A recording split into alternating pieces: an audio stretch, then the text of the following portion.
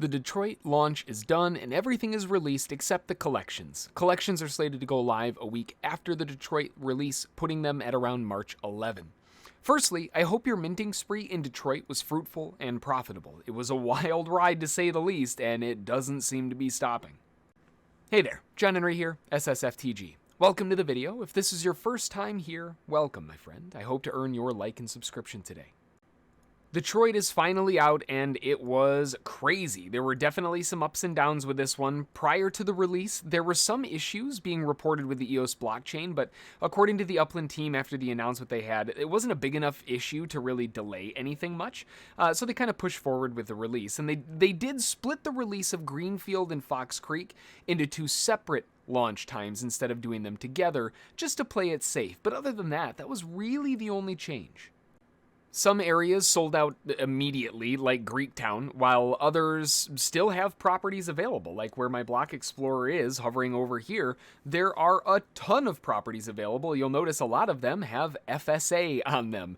There are a lot of FSA properties, 70% allocation in Detroit, remember. I saw FSA businesses tagged. We were posting those in the Discord chat. FSA firehouses. The opportunities for new Uplanders because of these FSA properties for the Detroit launch is insane. I hope you had an incredible time minting out there. I personally missed quite a few things I was gunning for, I'm going to be honest. I was able to buy and flip a shop called Guns and Butter, which was a shop in downtown, which you can see I no longer own. I've already sold that one. That was in downtown. But aside from that, that was really about it. Greektown minted basically through my fingers while I was watching a spinning wheel of inability to do anything. And downtown, for the most part, really wasn't much different. I was trying to navigate around, but it kept lagging. It kept having issues. And I wasn't able to mint a thing in downtown. Super miss on my part there. Another one that I was really excited about, but I wasn't able to get anything in, was Mexicantown. Mexicantown was a really big one that I was super interested in, and I was able to flip one. I bought one property for, I think it was 10,000 and ended up selling it for 45. I wasn't able to mint anything here. By the time I got here, everything was selling out. It was spinning wheeling, and of course, it all minted right through my fingers there too. So there's a little bit of frustration on that side of things, trying to grab some of the properties I was looking for.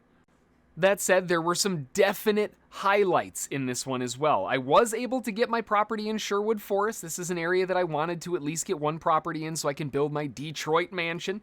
You can see this one's really cool. I'm pretty happy with the one that I was able to get. There are some other really neat ones on the block with me. My neighbor's pretty sweet too. But there's some pretty cool ones here. And, I'm happy with that. I wish I would have been able to get more, but as anticipated, the floor in Sherwood Sherwood Forest rather, really jumped up quickly. I still think this is going to be another Palisades type collection. And another one that I was really, really excited about getting over in the West End, I was able to secure the Detroit Lions Academy. That one is awesome. I'm really, really excited I was able to get that. I don't know if I'm going to sell it yet or not. I know a lot of people in my family are huge fans of the Detroit Lions, but at the same time, I'm a capitalist, so I don't know. I still haven't decided what I want to do. We don't have the collection information at the time of recording this yet, so it is a very big property and it would have really good earnings if it ends up landing in one. I'm not sure yet. One big takeaway really from the Detroit launch as a whole is that the FSA property allocation is creating a very high demand for non-FSAs. Now that Detroit is basically sold out of, well, at least non-FSA properties, and the longer this goes on, it's going to be more and more sold out until there's just nothing left except FSAs. It's going to be a very interesting market to keep our eyes on because, well, I would assume that almost every new player is going to start here. The mint costs are too attractive not to. But at the same time, what's the secondary market going to look like? The secondary market could be a crazy ride. This could be one of those scenarios where the mint floor, due to the FSA, is like 2,000 to 3,000, but the secondary market floor is like 15,000. A lot of new folks looking to sell their properties after minting will have an absolutely incredible way to start. And even now, if we look at the floor is at around 4,400. So, I mean, really put that into perspective. This could be a scenario where a new Uplander comes in, they mint a property with their, I think you start with 4,500 UPIX. So you mint a property for $2,000, flip it for $4,400.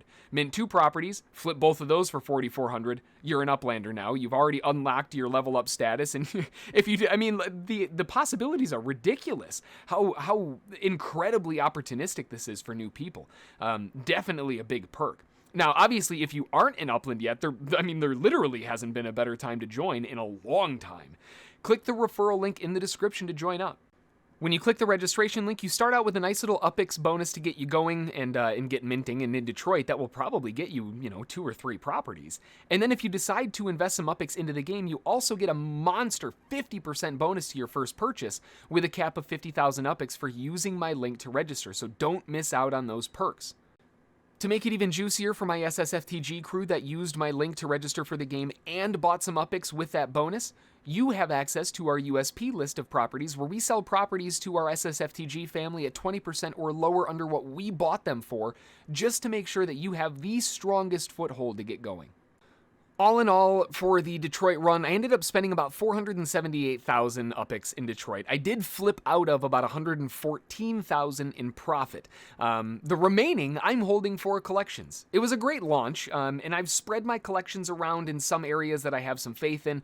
Other areas that I wasn't able to get enough in anyway, I just flipped out of those and called it good. We'll just use the UPX somewhere else that's more useful. But overall, not too bad. I would have really loved to have been able to get my hands on some Greektown properties, or maybe some downtown or Mexicantown, or but hey, there's always next time, and the spinning wheel got me this time. I hope your adventures in Detroit went well. Vehicles are likely right around the corner now, and I can't wait to see how those get implemented into the game.